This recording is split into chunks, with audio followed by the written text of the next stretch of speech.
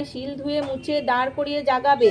শিলের মাথা থেকে নিচে পর্যন্ত হলুদ ছোপানো কাপড় ঢাকা দিয়ে তাতে 6টা সিঁদুর ও 6টা চন্দনের ফোঁটা দিয়ে কোলের কাছে নোড়াটা দিয়ে তার কাছে কলা, কুল, সিম, কলাইশুঁটি এইসব জোড়া জোড়া দিন। ষষ্ঠী পুজোর সঙ্গে শিলের গায়ে তেল, হলুদ, দই দিয়ে পুজো করবে। আর দধি হলুদে ছোপানো সাদা এলো সুতো ছেলে মেয়েদের হাতে বেঁধে দিয়ে আগে পান্তা ভাত, গোটা সেদ্ধ আর দই মুখে দেবে, পরে ভাত তরকারি খাবে। ষষ্ঠীর দিন গরম জিনিস খাবে না বা ছোবে না, এই বলে বুড়ি চলে গেলেন। শুক্লপক্ষে ষষ্ঠী আসতে বাম। রাধে কৃষ্ণ বন্ধুরা, কেমন আছো তোমরা? আশা করছি তোমরা খুব ভালো আছো, ভগবানের আশীর্বাদে আমিও খুব ভালো আছি। তো অনুষা অধিকারী চ্যানেলের নতুন একটি ভিডিওতে তোমাদের অনেক অনেক স্বাগত জানাই। তো এটা হচ্ছে ষষ্ঠীর দিন, মানে শীতলা ষষ্ঠী ছিল যেদিন, মানে 15 তারিখ শীতলা ষষ্ঠী ছিল।